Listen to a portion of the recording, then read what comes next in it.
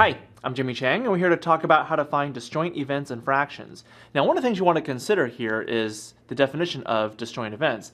And the definition of that is are events A and B where the probability of A and B happening is going to equal to 0. So when it comes to events that have probability of using fractions, disjoint events actually means that the probability of both happening at the same time is actually going to be 0. So what you have to consider are scenarios for which that will give you disjoint events. So for example, if you're flipping a coin, the probability of, let's just say, flipping heads is going to give you 1/2, and the probability of getting tails is 1/2.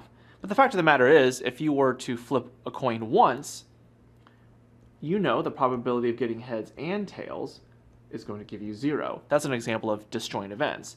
Now, if you're rolling a die, you know the probability of getting, let's just say, a 2 is going to give you 1/6, and the probability of getting a 3 is 1/6, and the probability of rolling a die and getting a 2 and a 3 at the same time is going to give you 0. That's another example of disjoint events. However, an example of events that are not disjoint would be the probability, for example, of rolling a 2 and getting an even number, and then that's an example of two things that can happen at the same time, so they're not disjoint. So, within fractions, it kind of goes head to head with what disjoint events are, because the definition of disjoint events are the probability that the two events happening at the same time is equal to 0.